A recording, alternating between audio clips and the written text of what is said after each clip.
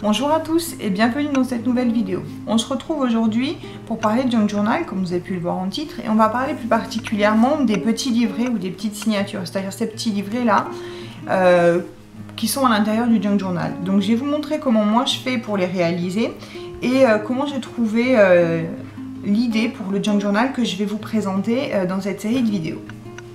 Donc mon idée de Junk Journal a été inspirée par ce petit blog pour faire les cartes que j'ai trouvé chez Action. Donc c'est un bloc très doux avec des tons très pastels et quand je l'ai vu j'ai tout de suite eu l'idée d'en faire un Junk Journal.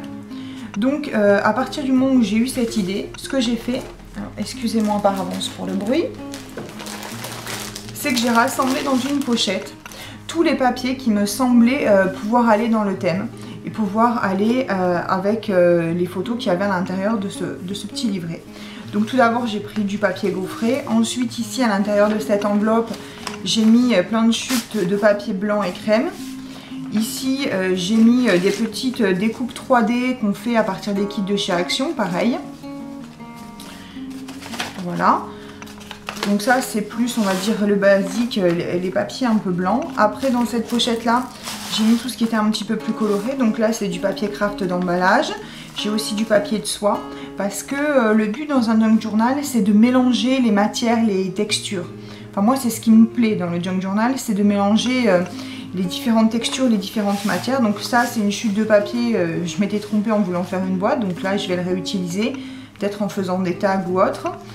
Du vieux papier buvard que j'ai retrouvé dans une maison de campagne, quelques feuilles qui viennent de différents blocs, du papier de soie aussi qui je trouve se mariait bien dans le thème, quelques pochettes comme ça, je trouve que ça rend vraiment très bien dans un Junk Journal.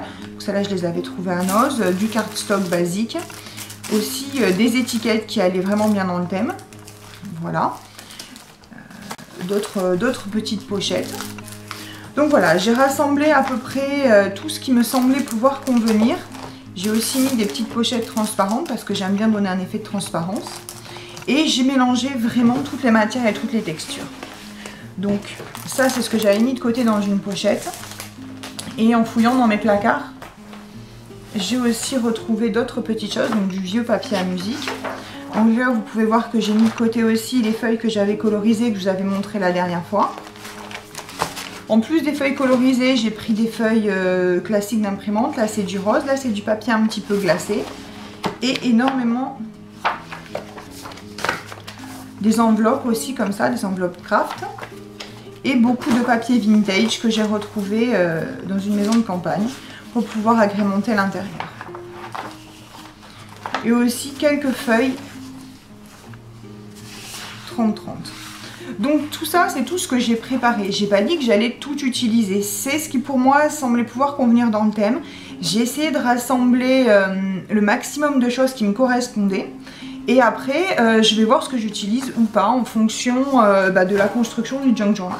Ensuite une fois qu'on a rassemblé tous nos papiers, il faut réfléchir à deux choses. C'est-à-dire au nombre de petits livrets que l'on veut à l'intérieur de notre Junk Journal et à la taille de notre Junk Journal. Ici j'ai fait un journal en taille A5, c'est-à-dire la moitié d'une feuille A4. C'était beaucoup plus simple à réaliser parce qu'on avait juste à plier la majorité des papiers en deux et les signatures, les petits livrets se faisaient tout seuls. Mais c'est une forme que je trouve moins pratique à utiliser au quotidien quand on veut le remplir. Donc cette fois-ci je vais vous présenter un Junk Journal qui aura une taille A6, c'est-à-dire la moitié, comme ceci. Voilà. Et à l'intérieur, moi, j'ai décidé de mettre 4 petits livrets. Et donc la première chose que je fais quand je prépare mes livrets, c'est préparer la feuille de couverture, la première feuille qui va me servir sur le livret. Et après, à l'intérieur, j'agrémente au fur et à mesure en fonction de mes idées et de mes envies. Pour commencer à faire les petits livrets, je voulais juste rajouter une petite chose. Donc voilà, ça c'est la taille finale que je voudrais avoir pour mon Junk Journal, c'est-à-dire à peu près 11 cm par 15 cm. Et donc ce que je vais faire, c'est que je vais couper la majorité de mes feuilles à 21 cm par 15 cm. Mais vous pouvez aussi couper des feuilles un petit peu plus petites parce que, comme je vous ai dit tout à l'heure, ce que j'aime bien dans un Junk Journal, c'est jouer sur la texture, c'est-à-dire mettre différents papiers, différents types de papier et différentes textures. Mais j'aime bien aussi jouer sur la taille des pages et ne pas avoir d'une page à l'autre la même taille. Voilà. Et ben maintenant, je crois que je vous ai tout dit. On va passer à la réalisation des petits livrets.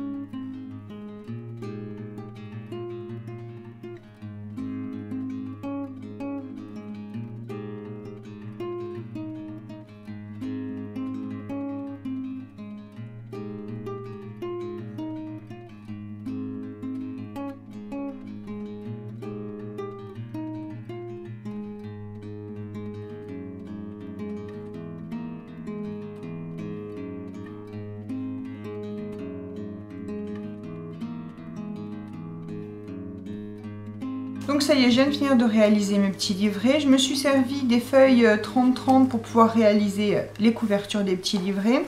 Et ensuite à l'intérieur, j'ai varié les tailles des papiers, donc comme là pour le papier buvard, et les textures. Ça c'est du vieux papier qui servait de couverture sur des vieux cahiers, du papier canson, et ainsi de suite, du papier de soie, des papiers que j'ai colorisés moi-même, des petites pochettes. Voilà. Donc maintenant ce que je vais faire, c'est que je vais les laisser de côté pendant un jour ou deux. Parce que généralement, une fois que je viens de les réaliser, je les mets un petit peu de côté et je reviens dessus après pour voir si tout me plaît toujours et si l'ensemble, je trouve toujours ça harmonieux, si ça me plaît ou si je veux modifier quelques petites choses. Donc aujourd'hui, on vient de préparer les petits livrets ensemble. Dans la prochaine vidéo, on verra comment réaliser la couverture et comment relier les petits livrets à la couverture. Donc j'espère que cette vidéo vous aura plu. Merci d'avoir regardé. Au revoir.